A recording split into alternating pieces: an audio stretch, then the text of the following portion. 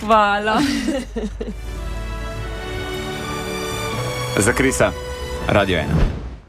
V tem mesecu, v septembru, v bistvu Slovenijo niso združili sam naši odbojkarji, ampak tudi mali junak Kris, ki se je, lahko rečemo, Ana, bori za življenje. Ja, lahko rečemo tako, ja. V tem boju bo zmagal, če zberemo 2 milijona 300 tisoč evrov. Kaj si mislila, ko si slišala 2 milijona 300? To je bilo tako, ne, ti rabiš več kot 100% ljudi v Sloveniji.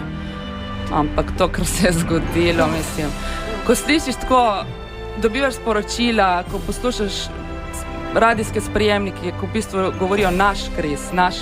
Cela Slovenija govori v bistvu naš, posvojili smo ga, v bistvu to je naš otrok in ja, hvala vam, je res, od vseh je zdaj malo, je pač, ne da se tega opisati, no. Jaz bi raje šla od vrat do vrat in se vsakmu posebej zahvalila, pa naj bo to za 1 evro ali pa naj bo to velike donacije. Pač vse, kar je bilo dano iz srca, no.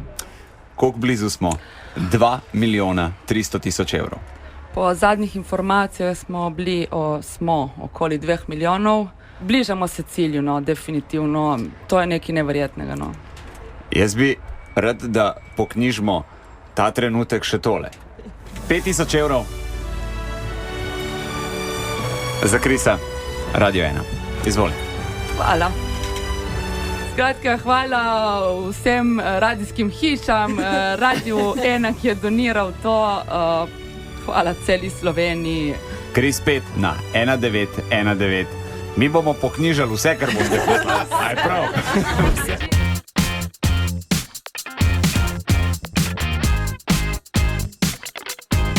Čakaš, da rečem? Veš, kaj sem ti hotel povedati?